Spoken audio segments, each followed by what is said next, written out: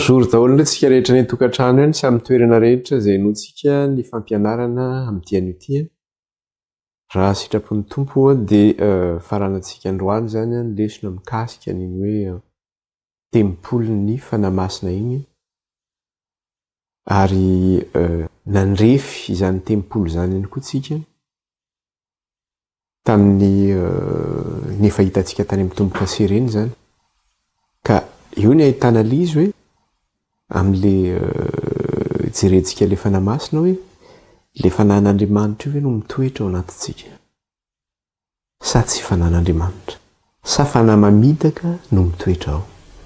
ka ny teny soratra masina dia miteny hoe zaho toetra ny fanahy rehetra hozy izy dia tsy maintsy mizaha toetra tsika nianatra tsika mikasika ny fanamasina ahoana marina moa zany mikasika ny fanamasina ahoana ny voalazan'ny soratra masina dia eo no anohizantsika ny lesona amin'ity an'ity zany ka dia manasa antsika rehetra hiaraka hivavaka indray izany hivavaka ary sika Jehovahandriamanitra ray io mankalaza anao izay mideranao ary manome voninahitra anao eny mananitra avy ny anaranao izay hatramin'izao ka mandrakizay misaotra ray fa noho ny fahasoavanao dia mbola menao ity tombonandro ity indray izay ahafahanay hiaraka andinika sy hianatra ny teninao ito misaotra ray ny amin'ny toe-pahasalamana izay omenao anay tsiraray avy amin'ny toerana izay misy anay ary isaoranainao ray ny fahavelomana izay mbola omenao anay ihany koa satria mbola androm-pahasoavanao anay izao ka tsy nataonao diso anjara izay tsy aheno ny bokin'ny apokalipsy raha io eny mpanombotsy masoana izay rehetrareto ary tsisy mendrika na dia ray azy aniseho natrenao ka raha mivavaka eto natrenao zay dia mifona aminao ny amin'ny helokaisiny sy fahamarinana rehetra ka ny amin'ny fiteninay na ny fisainanay na ny fitondrantenanay ny fahazarany ratsiny rehetra izay vitanay teo anatrenao dia hifonanay aminao mifona aminao izay ray ny amin'ny vavanay izay mbola miteniteny foana ny amin'izay izay mbola mifosa ety na mankahala na mitsara mifona aminao izay ray raha mbola latsaka indray ny amin'ny fandikana ny didinao sy ny lalànao mifona aminao izay ray ny amin'ny izay mahalatsaka nay rehetra ninona ray fahotana vitanay teo anatrenao dia hifonanay aminao zany mamindrafo aminay rehetra Andriamanitro mamela ny eloka irenao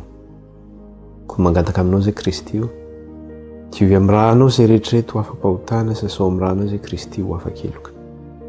ary ankehitriny zay Andriamanitra raha hianatra sy handinika ny teninao dia ny bokin'ny apokalipsy zany dia tsy hifanay amin'ny fahalalana na fahaindrena fa mifanainao rery ihany ka aoka ray ny fanainao hirotsaka aminay amin'ny fahafenona ka izy no ampianatra anay ny fahamarinanao mifaharetana izay ray mifahaindreny izay sokafa ny fo sy ny sainay hamantaranay ny sitraponao ary eo ka le rahanao Jesosy andrakotra ny tsiraray avy ka hiaro anay amin'ny lozy sy amin'ny ratsy rehetra aoka le ratsy tsy hanana anjara tsy hanana pahefana amin'ny fampianarana ny teninao amin'ny fianona ny teninao amin'ny fampitana ny teninao aoka ny asan'ny devoly izay miasa ny tokantrano ihany koa dia tsy hanan-kery tsy hanam-pahefana ilay ratsy izay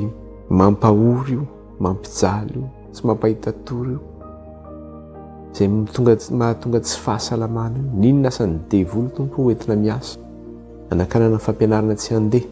ninona asan'ny devoly hoentina miasa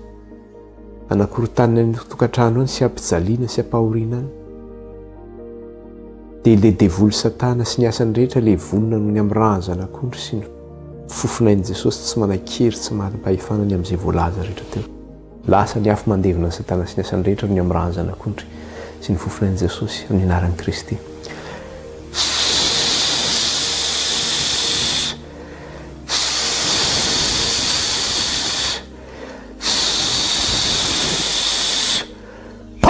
ravy satana noho ny amin'ny rahanjanak'ondry sy ny fofinain'i Kristy tsy manan-kery tsy manam-pahefana aminay tsiraray avy izay miaino izao fampianarana izao amin'ny tokantranonay amin'ny fampitana ny fampianarana ravy satana sy ny asany rehetra tsy manan-kery tsy manam-pahefana amin'izay voalaza rehetra teo mandidy anao zay ry satana devoly tsy manan-kery tsy manam-pahefana ianao amin'ny olona tsiraray avy izay miaino izao fampianarana izao tsy manan-kery tsy manam-pahefana ianao fampitana ny fampianarana tsy manan-kery tsy manam-pahefana ianao amin'ny fitaovana rehetra izay ampiasaina na ny herinaratra ihany koa na ny internet izany lasa ny afo mandevina anao sy ny asanao rehetra tsy manan-kery tsy manam-pahefana ianao amin'ny olona rehetra izay mihaino ny fampianarana ihany koa amin'ny anaran'i Jesosy.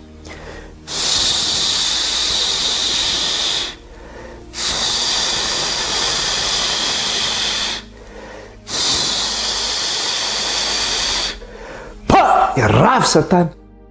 ny am'razan'akondro sy ny fofona an'i Jesosy tsy manan-kery tsy manam-pahefana fa levony Satana sy ny asany rehetra. Dia rainy ianao Andriamanitra ray kalazay ny anaranao mena voninahitra ny ianao raha io. Halleluja, halleluja. Ary misy Andriamanitra tsy salama mihaino izao fampianarana izao. Ao ny diabetika, ao ny asmatika, ao ny fibrome, ao ny areti-tratra na ny vai any anaty na ny vai ety ivelany, ao ny cancer, ao ny sida, ao ny tazo mahery, ao ny covid, ao ny peste, ao tompo ny goatra, ao ny areti-maso, ao ny aretina amin'ny sofina, ao tompo izay mety aretina andolava tsy mety mijanona io, ao tompo ny rhumatisme, ny palpitation, ny areti-po, ny aretin'aty sy ny aretina maro samihafa tompo izay tsy voalaza teo. Mangataka aminao izay Jesosy io. Raha nisy azy aretina tsy voalazanay dia aoka tompo hamindra fo amin'izay miaino ianao amin'izao fotoana izao ka mivavaka miaraka aminay eto. Jesosy io aoka ny lidiakapoka taminao hanasitrananao ny aretina rehetra izay mahazo ny tokantrano na voatonona teo na tsy voatonona izany ka ny fivavahana amin'izao fotoana izao.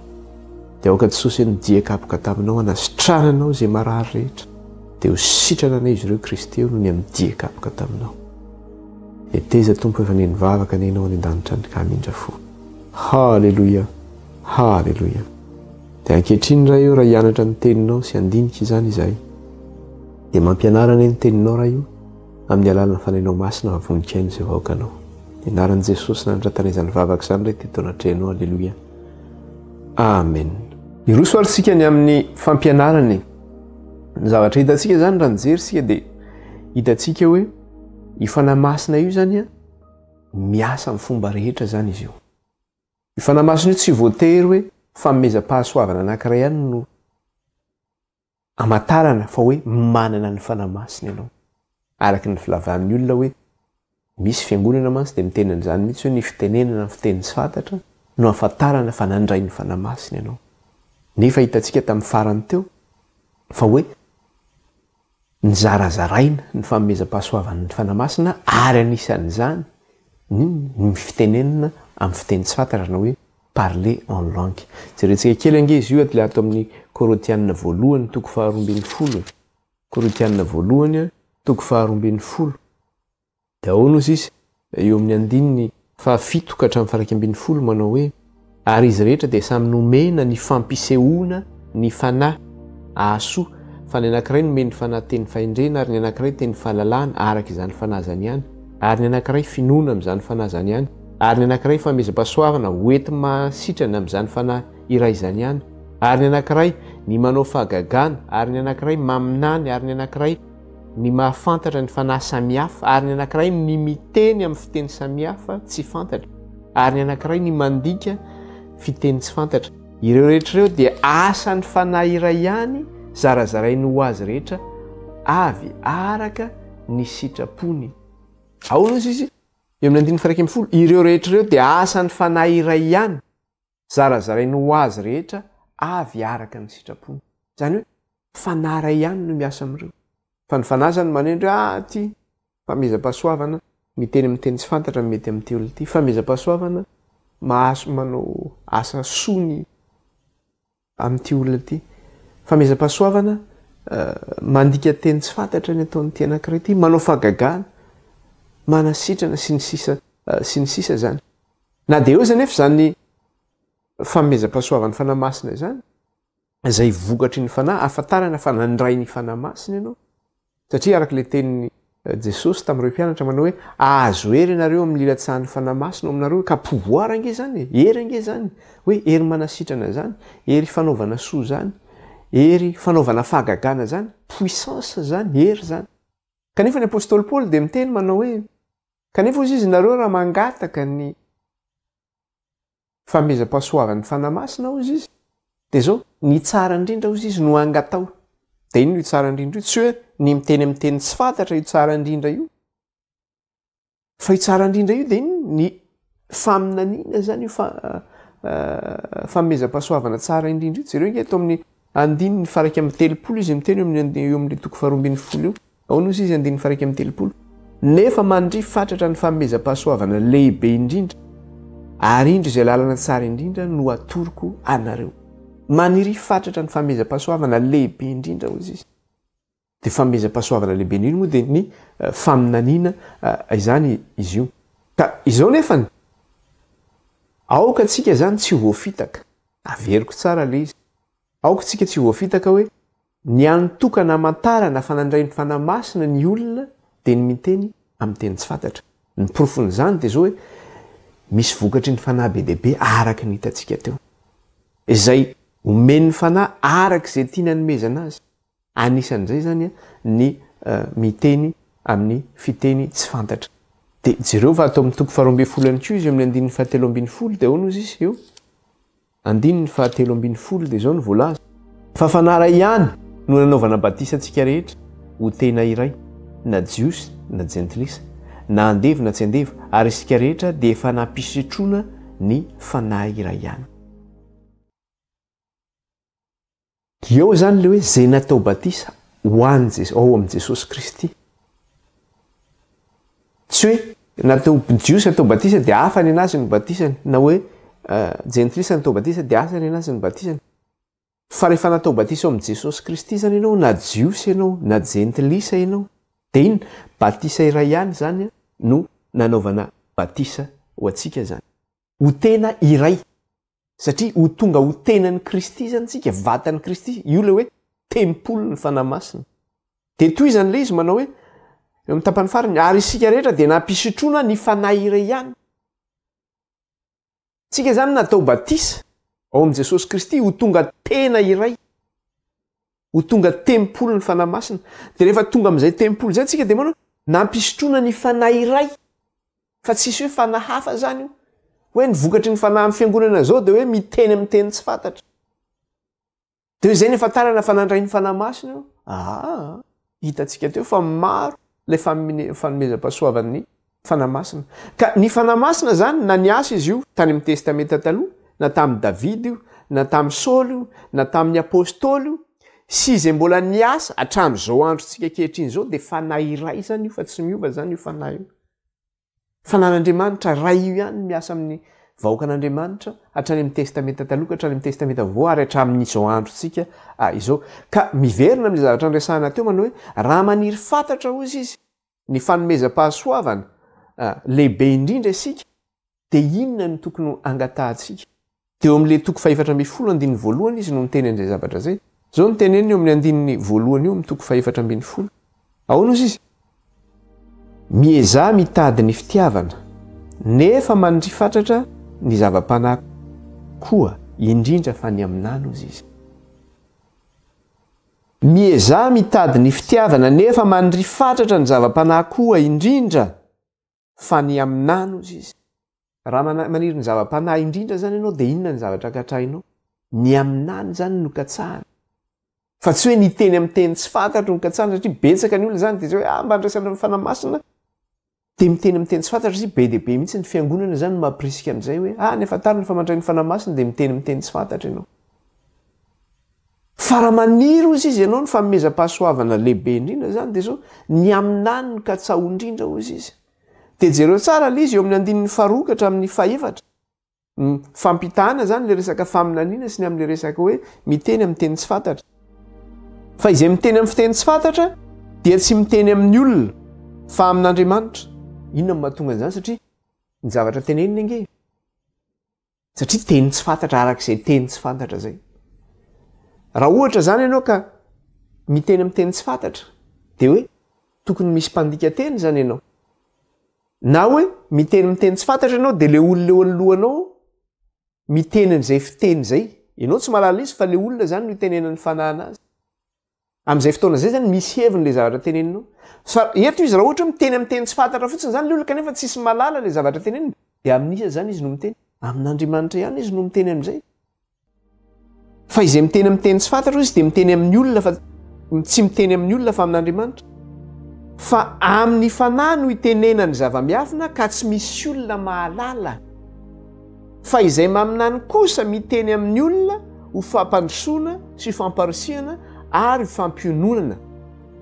Izay miteny amin'ny teny tsy fantatra dia mampandroso ny tenany fa izay maminany kosa mampandroso ny fiangonana. Eo zany le fampitahany. Ny miteny amin'ny teny tsy fantatra ozy izy dia izao miteny amin'Andriamanitra izy. Satria amin'ny fanahy no nitenena ny zava-miafina dia ny olona nefa tsy mahalala ozy izy. Fa izay maminany kosa ozy izy dia miteny amin'ny olona ho fampandrosoana sy ho famporisiana ary fampiononana. Zany hoe ny faminaniana zany dia manino? Ho fampandrosoana sy ho famporisiana ary ho fampiononana. Fa izay miteny amin'ny teny tsy fantatra ozy izy dia mampandroso ny tenany. Zany hoe tsy mampandroso ny fiangonana zany ny olona miteny amin'ny teny tsy fantatra, fa ny tenany ihany no mampandroso satria miteny amin'Andriamanitra izy. Ary ny zavatra teneniny tsisy olona mahalala iny. Raha tsy hoe faminaniana angano teneniny hoe fantatra le olona ny zavatra teneniny. Izay miteny amin'ny teny tsy fantatra izy dia mampandroso ny tenany, fa izay maminany kosa mampandroso ny fiangonana. Eo zany ny tena mahasamihafa le hoe famezam-pahasoavana ambony indrindra. Maninona lazaina le faminaniana fa hoe famezam-pahasoavana ambony indrindra? Satria le faminaniana zany dia zao mampandroso ny fiangonana. Fa le miteny amin'ny teny tsy fantatra kosa dia manino? Mampandroso ny tenany. Satria le faminaniana dia zao mitondra fampiononana iny, mitondra fampandrosoana iny, ary maninona ihany koa? Mitondra famporisiana ihany koa zany iny, hoe fampaherezana ihany koa zany. Faminaniana zany dia mitondra famporisiana, fampandrosoana ary mitondra fampiononana. Ny faminaniana dia zao mampandroso ny fiangonana. Zay mahatonga hoe raha maniry ny famezam-pahasoavana ambony indrindra ianao dia ny ampandroso ny fiangonana zany ka tsahanao, zany hoe ny aminany zany. Fa ianao zany raha mikasaka hoe iteny amin'ny teny tsy fantatra dia ny tenanao ihany zany no mandroso amin'iny. Zany akory nefa tsy hoe manakana ny tsy teny amin'ny teny tsy fantatra ny apôstôly Paoly. Fa ny zavatra tiany apôstôly Paoly hazavaina amintsika eto fotsiny dia zao hoe raha ohatra zany ianao ka mitondra miteny amin'ny teny tsy fantatra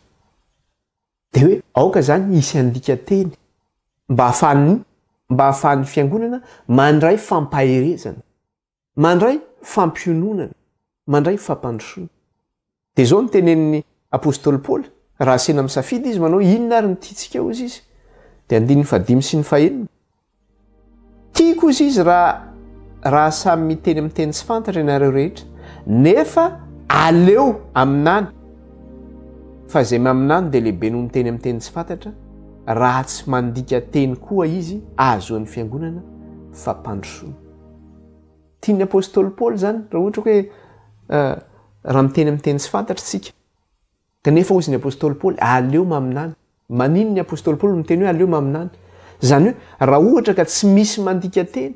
dia aleo ny faminaniana no entina, satria raha miteny amin'ny teny tsy fantatra ary le olona kanefa ny olona tsy mandray fampaherezana, tsy mandray fampiononana, tsy mandray fampandrosoana na famporisiana, dia inona ny zavatra raisiny? Le olona miteny ihany no mahazo fampandrosoana amin'iny fa ny fiangonana tsy mahazo fampandrosoana. Ohatrany ianao zany le mba makafiry eny, ohatranao mihaino ianao zany mihira, mihaino ianao ohatrany mihira amin'ny teny anglisy ianao zany, dia mihaino ianao dia tena tsara le hira, fa tsisy fantatrao le hira, le zavatra teneninao inona ny teneninao, dia tena tsisy fampandrosoana azonao zany amin'izay hira zay zany ohatra. Raha ohatra indray nefa tsika zany tsika malagasy dia misy hira-pivavahana tsara le hira, dia le hira nefa inona ny zavatra hoentin'le hira? Mitondra fampiononana, fampaherezana, fampandrosoana, mahatsiaro velombelona ny fanano. Zay zany le hoe mitondra fandrosoana zany zay. Zay nge le hoe aleo maminany, satria fantatra le zavatra tenenina izany mikasika ny zavatra zay. Ary ny apôstôly Paoly koa dia mbola miteny manambara manao hoe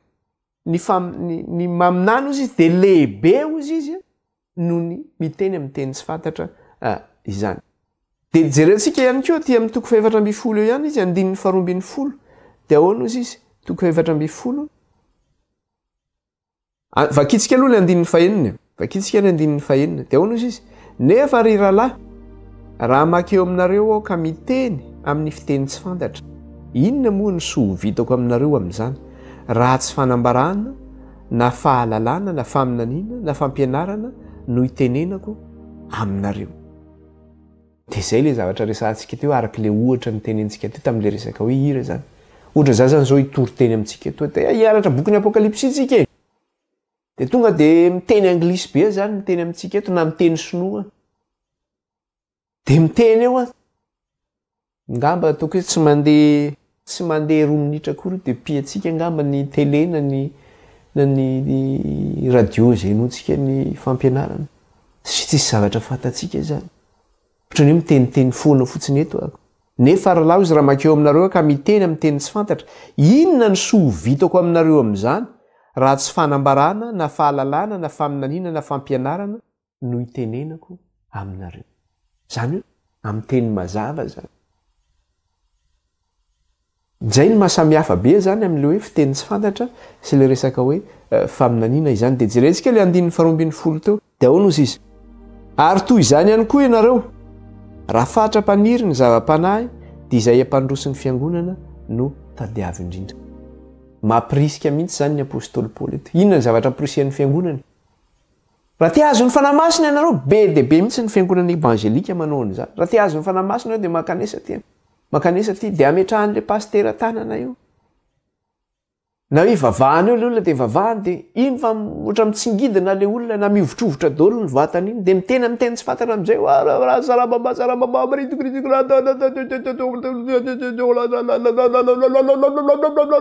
lasa amin'izay izy.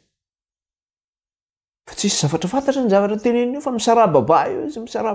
izy inona ny teneniny eo tsisy fantatra zany zavatra teneniny eo. Dia ametrahana tanana izy. Dia ny olona ireny zany tena miantso mihitsy hoe andraisana ny fanahy masina. Miteny amin'ny teny tsy fantatra. Nefa eto ny apôstôly Paoly zany, ny apôstôly Paoly mampirisika mihitsy eo amin'ny 240 ary toy izany ihany koa ianareo raha fatra-paniry ny zava-panahy dia izay ampandrosin'ny fiangonana no tadiavo indrindra. Inona ny zava-panahy katsahantsika? Ny ampandrosin'ny fiangonana sy ny apôstôly Paoly no tadiavo indrindra. Dia inona izay fampandrosona fiangonana izay? Ny faminaniana izay. Satria ny faminaniana hoy ny apôstôly Paoly eo amin'ny 9 tapany 2 dia inona ny zavatra ataon'ny faminaniana? Fanambarana no entiny, fahalalana no entiny, fampianarana no entiny. Zany hoe mitondra famporisihana, mitondra fampandrosoana, mitondra fampaherezana zany no entin'ny fanahy masina. Ny fiteny amin'ny teny tsy fantatra nefany mampandroso ny tenany fa tsy mitondra an'izay zavatra izay izany. Dia eo moa mikasika le resantsika teo hoe reny fiangonana reny zany izay mampirisika manao hoe mba hafantarana fa mandray ny fanahy masina dia zao miteny amin'ny teny tsy fantatra ny olona anankiray. Zany hoe mifanohitra tanteraka zany amin'ilay zavatra tenen'ny apôstôly Paoly. Satria ny apôstôly Paoly dia mampirisika hoe ny fanomezam-pahasoavana ambony indrindra no katsao dia ny faminaniana izany. Ny pira mantsy dia zao araka le tenen'i Jesosy manao hoe fa isy mpaminany sandoka ozy izy ho avy. Ka rehefa tonga zany io mpaminany sandoka io dia inona miasa aminy? Ny fanahy mamitaka no miasa ao anatiny. Ary efa miasa izy amin'izao vanim-potoana iainantsika zao. Ka tenin'Andriamanitra dia miteny hoe zaho toetra ny fanahy rehetra. Ka raha tsy mahay mizaha toetra zany tsika dia hoe mba te handray ny fanahy masina ako. Dia tonga any amin'ny fiangonana dia mitsipatsipaka eo mihetsiketsika eo. Fa za miteny amintsika ndreo dia efa nandevola eo ny raisitsika eo. Ary ny zavatra tenen'le olona miteny amin'ny teny tsy fantatra io ke araka le teneniko teo sarababa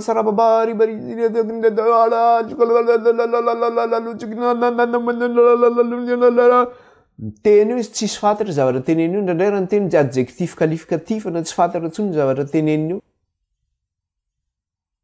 Indraindray raha tsy mandeha le tsy mbola miteny le olona mbola tsy tamy dia ametra fa tsena mivavaka eo dia mbola tsy tonga le fanahy masina dia ametrahan'le pastera tanana amin'izay izy. Ametrahan'le pastera tanana izy dia mbola tsy mandeha any dia demarena le izy. Demarena ataovy zao hoe adjectif qualificatif. Dia asiana miteny aingana be le olona adjectif qualificatif vadika tapaka amin'izay ny lelan'le olona. Dia hoe nandray ny fanahy masina dia manomboka mitsipatsipaka amin'izay mahazo an'le nametrahan'le pastera fa na hafa ny miditra amin'ny eo. Satria le olona miteny amin'ny teny tsy fantatra io zany ny zavatra misy dia ty tsisy mpandika teny eo am'le fiangonana fa hoe ny nandray hita eo zany fa hoe nandray ny fanahy masiny zareo marina mafy tena mba fanatsy izy io za de mitena antsika nisy ka ohatran'izay tamin'ny fiangonana anankiray inona ny zavatra nitranga tamin'le fiangonana mivavaka zany eo am-piangonana eo ny olona rehetra de rehefa mivavaka le olona rehetra teo de nisy madama anankiray tao anatin'le fiangonana anomboka miteny amin'ny teny tsy fantatra izy de izy io zany isaky ny tonga ny tsy haiko na mivavaka lahady ty fiangonana ty na mivavaka sabotsy de haiko loatra fa fijonona vavolombelona nataon'olona zany le izy de rehefa tonga le fotoam-bavaka de mandeha ny hira na mandeha le fotoam-bavaka zany de manomboka mihetsika le ramatoa de miteny amin'ny teny tsy fantatra de manao aleloia be le olona miteka aleloia be de isaky ny fotoam-bavaka zany rehefa tonga indray mandeha isan-kerinandro manao an'izay foana le olona ndray andro nisy pastera tonga tao amin'le fiangonana pastera vazaha izy io tsy fantatra hoe fiteny avaiza ny fitenin'io pastera io de rehefa nandeha ny fotoam-bavaka ny teny amin'ny teny tsy fantatra le vehivavy ohatran'le fanao ny d'habitude iny zany ka ny olona tsisy malala ny zavatra tenenina satria nahoana amin'ny teny tsy fantatra ny tenenana fa le vazaha ty nalala le pastera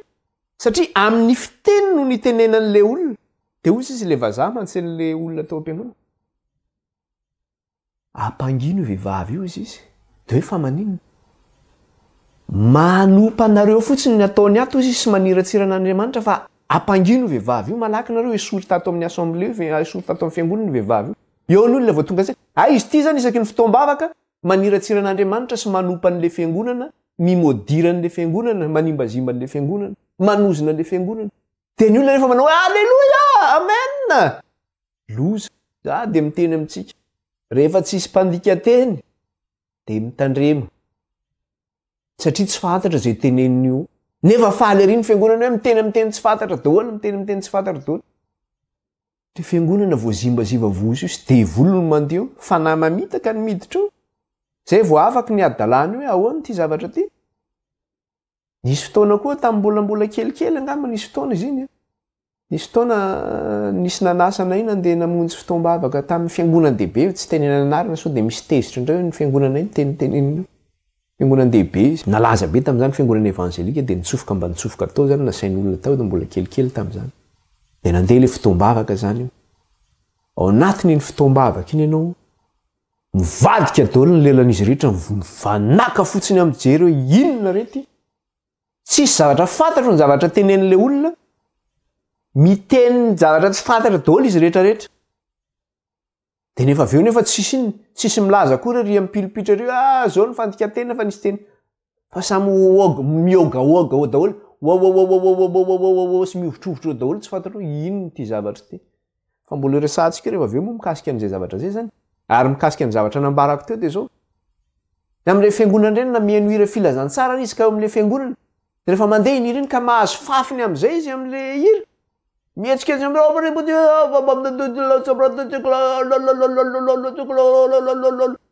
ora olona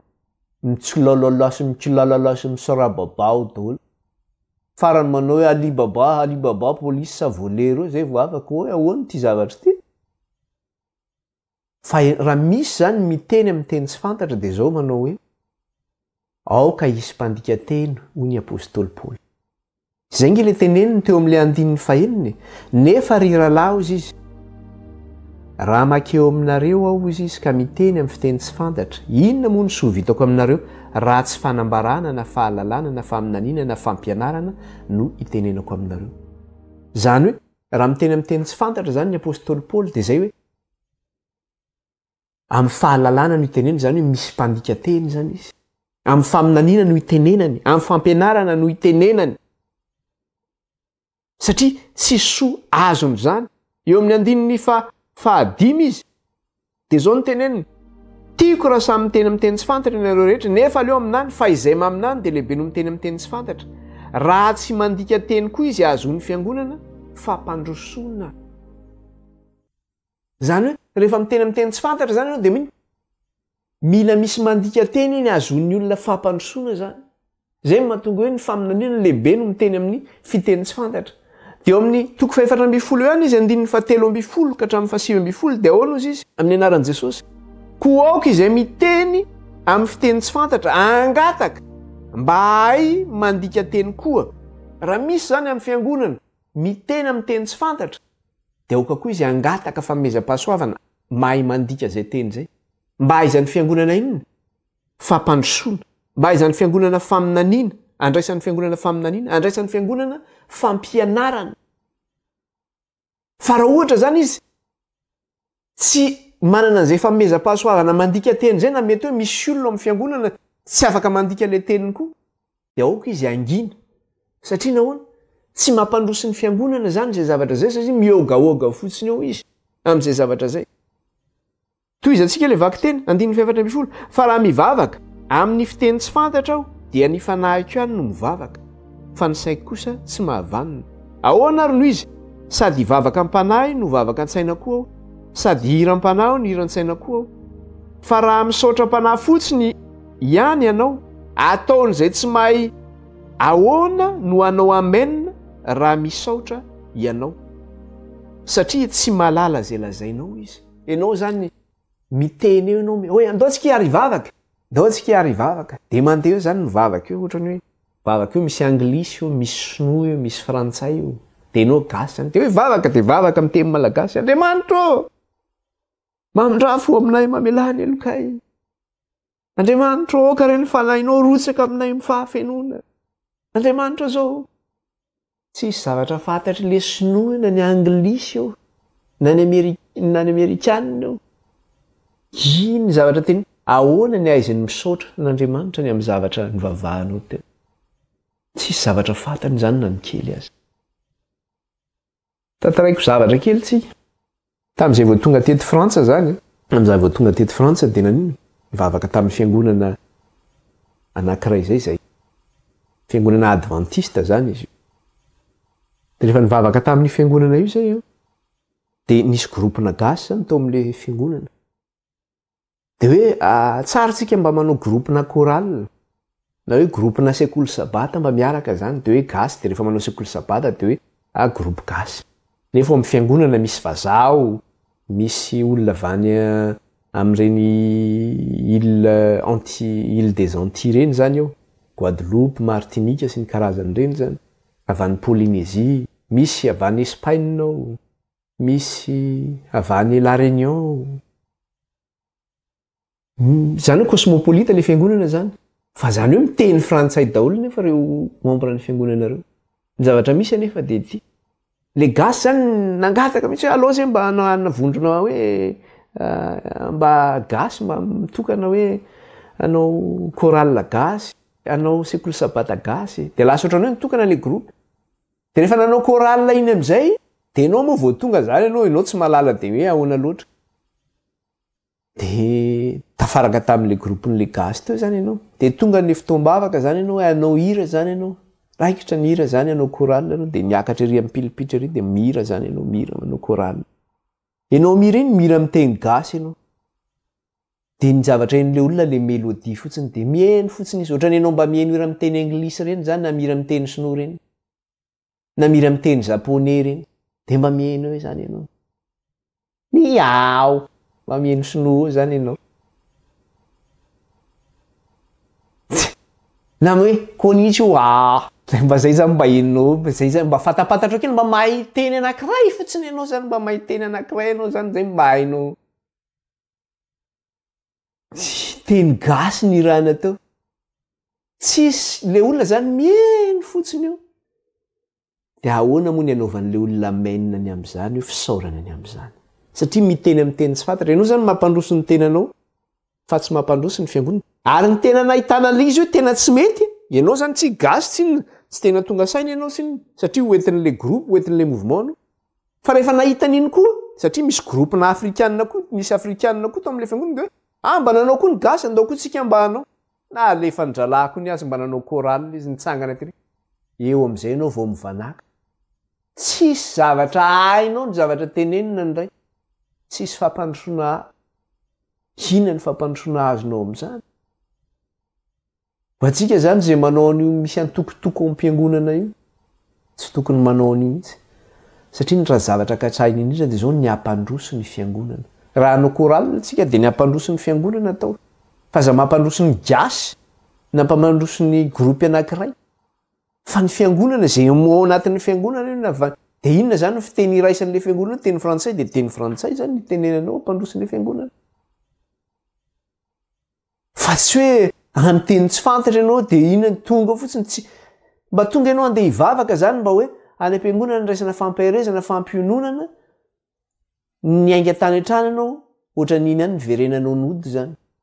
nanga iay fotsiny ianao reraka fotsiny iana andeha tany inona mba azoko tany tsisy nanga iay ny fanahinao tonga tany ianao ka araky ny teny eto amin'ny teny apôstôly paoly eto amin'ny andininy fa 2:20 dia inona ny zavatra teneniny inona ozy izy ny fiteny amin'ny teny tsy fantatra dia zao ny teneniny andininy fa 2:20 koa ny fiteny tsy fantatra dia famantarana amin'ny tsy mino fa tsy amin'ny mino eo amin'ny tapany voalohany ihany raisika koa ny fiteny tsy fantatra dia famantarana amin'ny tsy mino fa tsy amin'ny mino maninona moa no lazainao ny fiteny tsy fantatra dia famantarana ho an'ny tsy mino dia raisika le ohatra tamin'ny ny apôstôly rehefa nandray ny fanamasina tamin'ny andro pentekoste izy ka niovitrovotra le efitrano nisy anazy ireo nirotsaka tamin'izy ireo ny fanamasina dia nampitenena ny fanahy tamin'ny fiteny maro samihafa izy ireo zay tsy fantatra izy ireo zareo nefa galiliana ireo fiteny tsy fantatra zay nitenenin'izy ireo ho an'iza ireo teny ireo ho an'reto olona be deaibe zay niakatra avy any amin'ny firenena maro samihafa andeha hamonjy ny fetin'ny pentekosta tao Jerosalema ka lasa ny fitenin'izy ireo zany ny apôstôly ny teny kretois verentsika kely nge izy atao amin'le asan'ny apôstôly toko 2 verenantsika kely asan'ny apôstôly toko 2 asan'ny apôstôly toko 2 verenantsika kely zay dia zao ny zavatra teneniny ato asan'ny apôstôly toko 2 dia vakitsika ny andinin'ny 5 manomboka amin'ny andinin'ny 5 vakitsika kely amin'ny anaran'i Jesosy ary ny jiosy mpivavaka tsara nitoetra tany Jerosalema avy tany firenena samihafa rehetra ambany lanitra ary no nyre zany feo zany satria niteny tamin'ny teny tsy fantatra zany ireo apôstôly ary no nyre zany teny rehetra zany fa samy nahare azy ireo niteny tamin'ny fiteniny avy izy rehetra dia talanjona sady gaga izy rehetra ka nanao hoe indreo tsy galiliana va ireo rehetra ny teny ireo koa ahoana no andrenesantsika amin'ny fitenitsika avy izay nahabe atsika dia parsianina sy medianina sy elamita sy mponina mesopotamia sy jodis sy kapadokis sy pontos sy azia sy frizia sy pamfilia sy egipta sy tany libia izay manodidina ny kirena ary vahina avy any roma na jiosy na prozelita kretanina sy arabo koa ahoana no andrenesantsika ireo miteny amin'ny fitenitsika avy ny asa lehibe ataon'Andriamanitra zany hoe nandray fampaherezana zany reto olona ireto nandray fampiononana zany reto olona ireto nandray faminaniana zany reto olona ireto ny amin'ny tenin'ireo apôstôly satria niteny tamin'ny fitenin'ireo firenena maro samihafa ireo ny apôstôly dia nandray lesona reto olona reto nisy fampaherezana azy teo gaga ahoana ozy izy eo amin'ny andininy fafolo azafady dia ozy izy sy frizia sy pamfilia sy egipta sy tany libia izay manodidina ny kirena ary vahiny avy any roma sy jiosy sy prozelita kretanina sy arabo koa ahoana no andrenesantsika ireo miteny amin'ny fitenitsika avy ny asa lehibe ataon'Andriamanitra ozy izy ahoana no andrenesantsika ireo miteny amin'ny fitenitsika avy ny asa lehibe ataon'Andriamanitra iainony zareo le asa lehibe ataon'Andriamanitra zany hoe zava-mahagaga ny tenenan'Andriamanitra azy ireo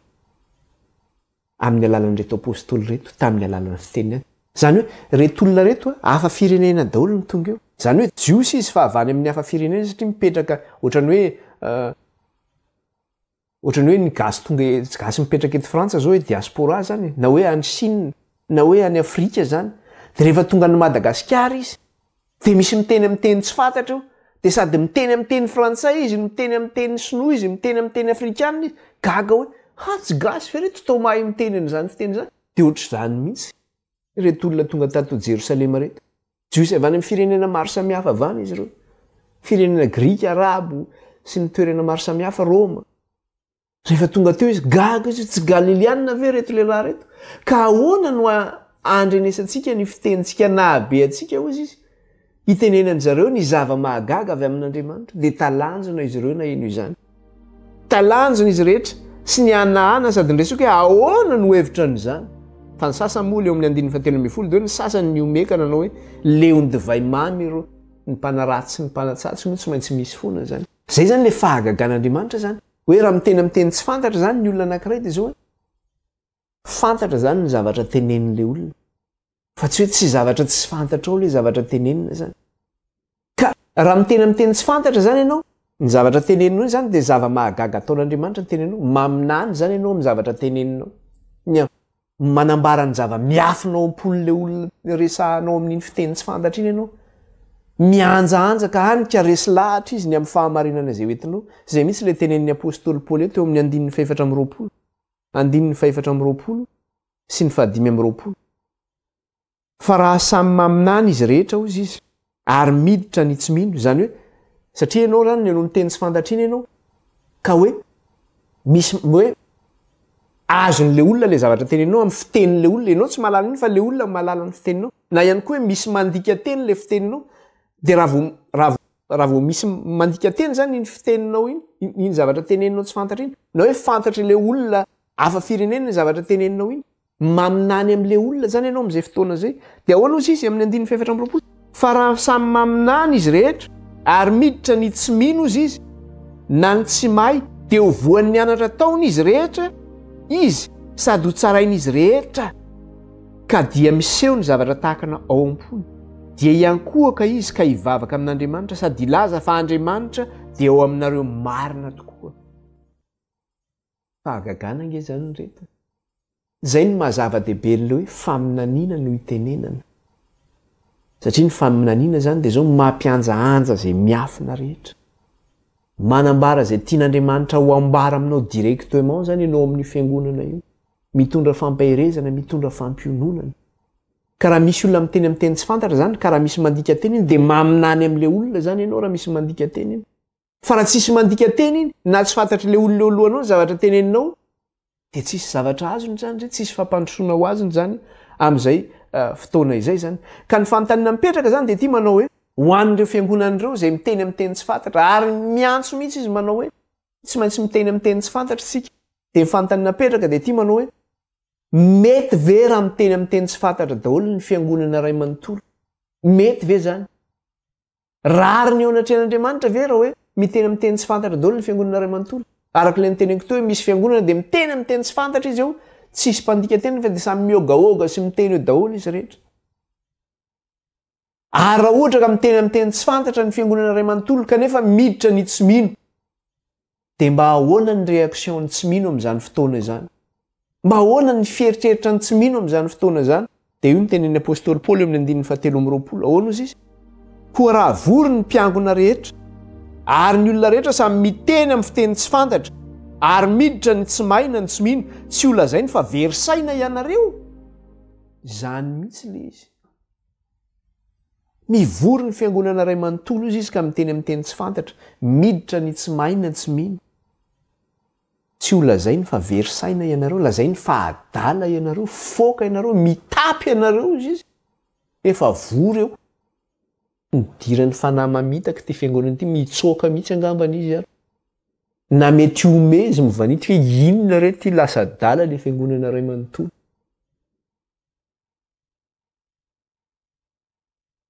zay zany le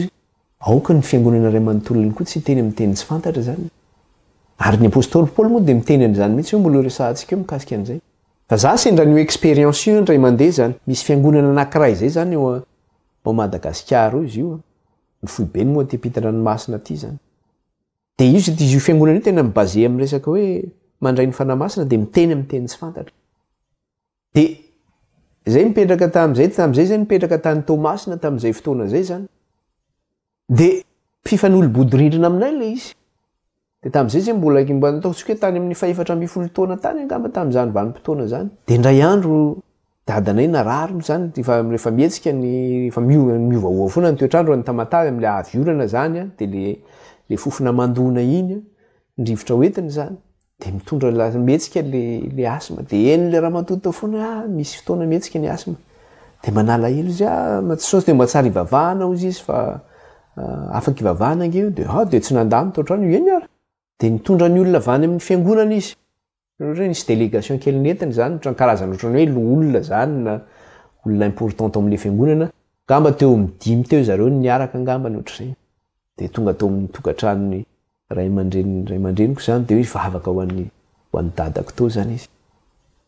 de nivavaka teo am'izay de aloha vavahana ary de nametrahany tanana izy mametra tanana io de dadanay zany ametrahany tanana de zay zany io de zay ray tapo io miaraka amin'ny mamanay io zany de mametra tanana io izy de mivavaka zany vavaka izy mivavaka io tapotapoka teo ianao zany mbola mivavaka tsara teny izy miteniny anankiray miteny izy dimy samy miteny daholo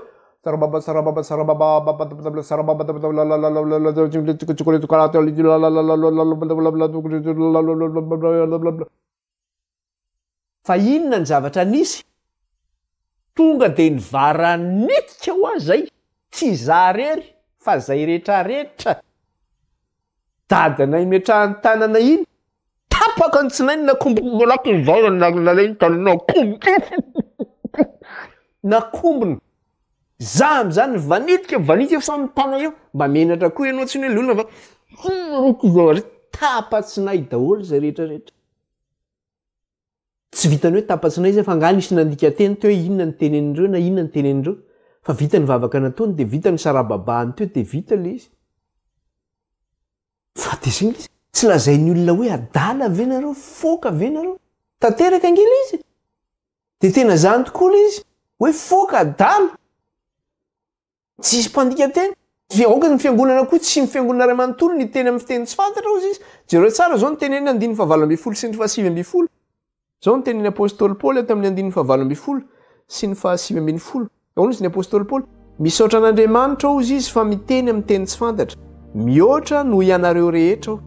nefa raha ao am-piangonana dia aleoko manao teny dimy fantatry ny saiko mba hampianarako ny sasany koa toy izay anao teny iray alina amin'ny fiteny tsy fantatra ny apôstôly paoly zany manana ny famezam-pahasoavana io ary mirere mihitsy ozy zany manana an'izay famezam-pahasoavana zay mihoatra noho ny rehetra ozy izy kanefa nozy izy raha ao am-piangonana ozy izy no miteny de aleoko izy izy miteny teny dimy aiko fantatry ny olona toy izay miteny teny ray alina tsy fantatry ny olona conseil omen'ny apôstôly paoly zany zay aloha miteny dimy fantatra ozy izy tsy zay miteny ray alina tsisy fantatra imagineo ny fiangonana ray manontolo miteny am'izany ny sasa miteny an'izao tsisy fantatra eo ny zavatra teny inona re ty zavatra ty misahotaka ny fiangonana ray manontolo de amin'ny 7 izy de mbola toizany ihany le izy raha misy miteny amin'ny fiteny tsy fantatra de avy alao orona telo fa aza atao mihoatra noho izany fa ampifanankarana ary avy alao isy ray mandika teny ozy izy raha ohatra zany amin'ny fiangonana anankiray aoka tsy hoe ny fiangonana ray manontolo no miteny samy miteny hoe daholo izy fa raha misy miteny amin'ny teny tsy fantatra izy de avy alao orona telo ihany fa aza atao mihoatra noho izany fa ampifanarakarahina ary avy alao isy ray mandika teny raha misy zany miteny de rona telo de tsy miara miteny koa izy telo zany fa mifanakarahina zany izy telo hoe miteny aloha ny ray de miteny ny fanondroany de miteny ray ny fanotelony de misy anankiray aoka isy anankiray ozy izy andika teny aoka misy anankiray andika teny zany hoe mila misy mandika teny zany de toy izany le vaky teny 9 fa raha tsy misy mpandika teny de aoka izy angina ao amin'ny fiangonana fa aoka hiteny amin'ny tenany sy Andriamanitra ihany izy raha ohatra ozy izy ka tsisy mandika teny de aoka izy angina raha misy miteny amin'ny teny tsy fantatra de aoka orona telo ozy izy de zany io ao anatin'ny filaminana zany ampifanankarahana le izy ary aoka misy mpandika teny fa raha tsy misy mandika teny ozy izy de aoka izy angina fa aoka izy teny amin'andriamanitra sy amin'ny tenany ihany ozy izy fa aoka izy tsy teny amin'ny olona zany aoka izy angina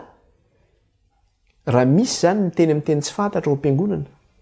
ka tsy misy mandika teny dia aoka izy angina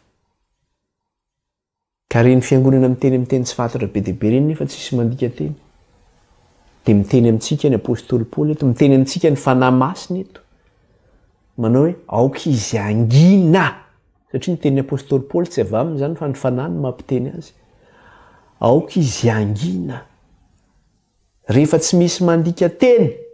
dia akombony ny vava fa tsy misarababa eo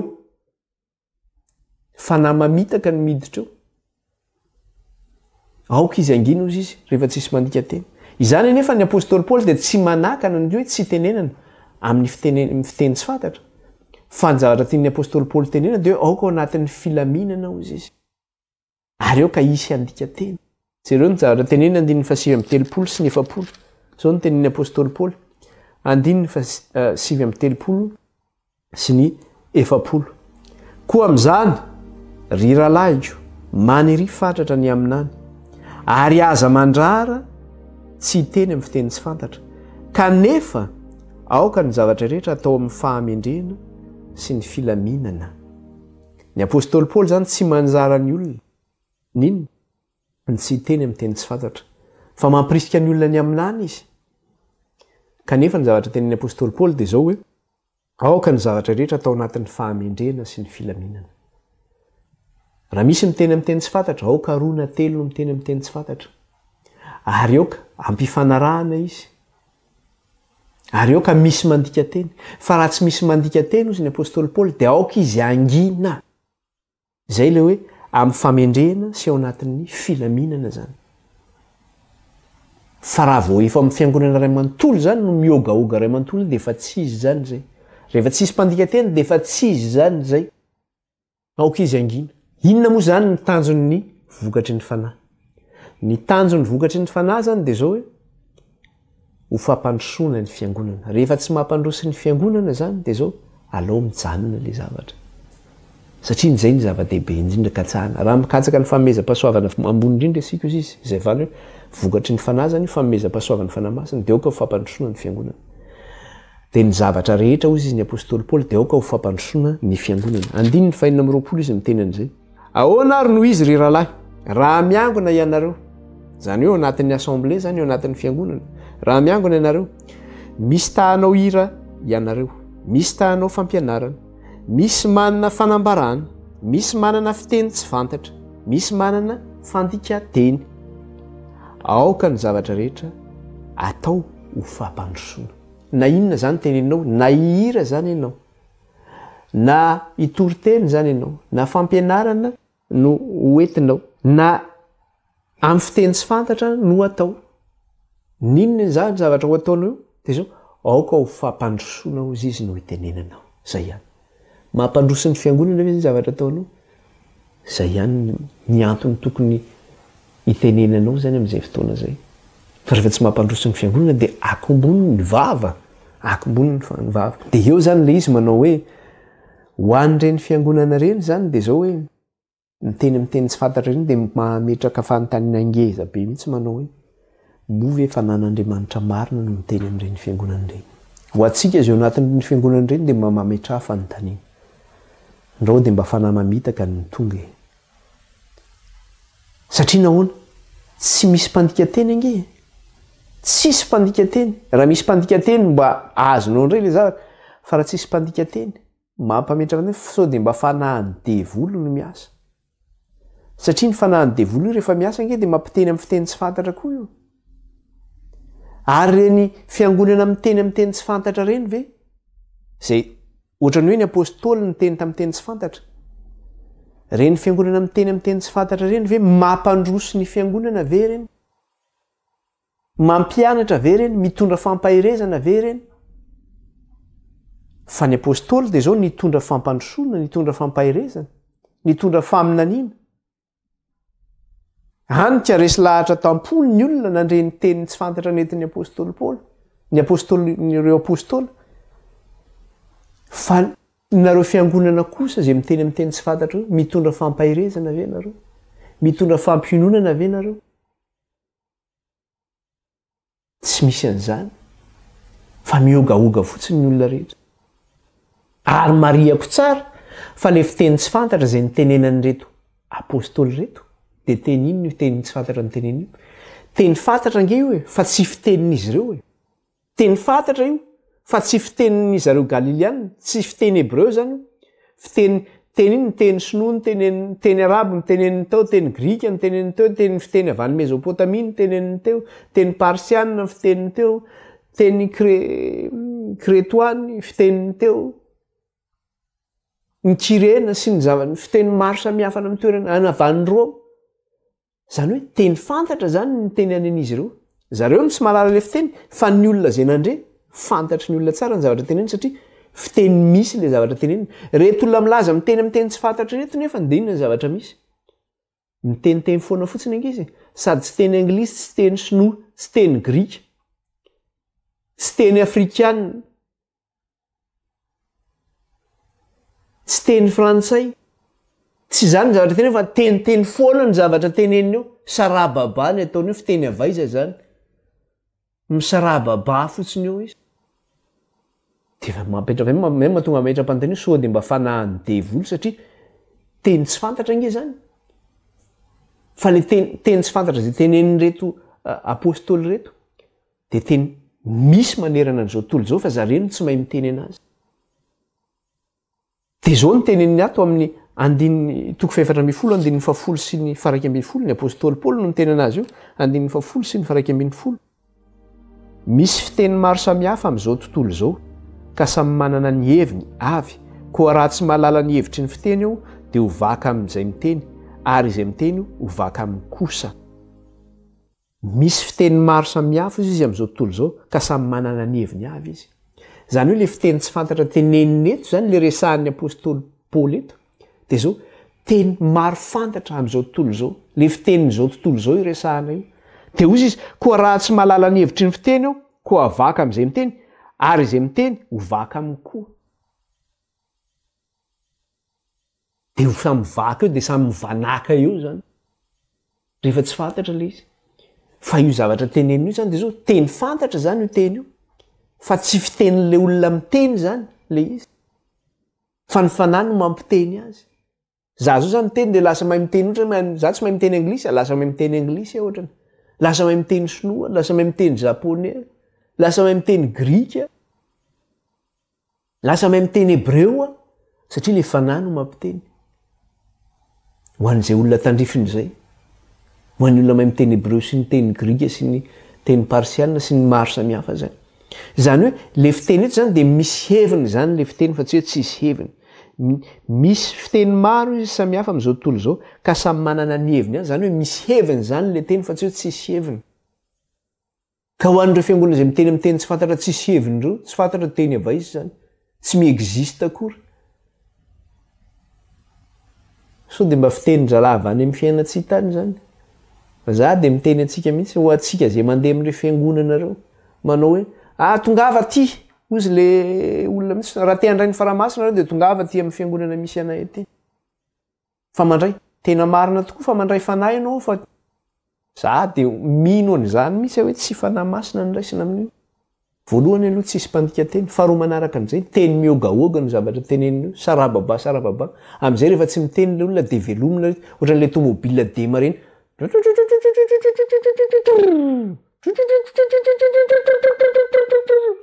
ohatran'ny tomobile velomina zay mahatonga le izy rehefa tsy velona le izy dia ataovy adjectif qualificatif adjectif dia velomina olo dia velona ihany ange le olo satria ampidirina le fanahy tandrema sao dia fanahy mamitaka ny miditra anenenana angeo anenenana i zavatra io zay mahatonga hoe izaho toetra ny fanahy rehetra ho an'ireo zany averiko farana izy amaranantsika ny lesiny ho an'ireo zay milaza zany manao hoe ny any tokana mantarana fanandray ny fanahy masina ao dia miteny amiteny tsy fantatra dia diso tanteraka zany zay satria hitantsika teo zay famantaran'izay hoe ny fanahy masina dia manana fanomezam-pahasoavana berehibe betsaka zay zaraina amin'izay olona sahaza ho azy ary raha ohatra ianao zany ka maniry ny zava-panahy ambony indrindra dia inona ny tokony katsahanao ny fampandrosoana ny fiangonana zany ka tsahany indrindra dia inona zay ny faminaniana satria ny faminaniana mitondra iny mitondra fampandrosoana mitondra fampahirezana mitondra fampiononana zany zay zany mikasika nylesitsika iny amin'ity an'ity isaorana ny tompo hivavaka isika isaotra an'Andriamanitra dia tohizantsika indray amin'ny manaraka izay vavaka isika. Tompo Ray Masino mankalaza anao zay mideranao ary manome voninahitra anao misaotra ny amin'ny lesona zay nafahany nianatra tamin'ity an'ity. Sorato am-pony ara io ny teninao ray ataovy ao an-tsainay dia aoka ny fanahinao no hiasa ampitoetra ny fahamarinanao sy ny fahamasinanao anatinay ary aoka tsy hanana anjara aminay ilay ratsy fa ny fanahany voninahitra ao no mitoetra aminay dia iray ny naranao ray kalazay ny naranao ny anaran'i Jesosy. Amen. Dia izay rehefa dia manovelomantsika indray tahiny tompo daholo tsika rehetra. Baibai daholo.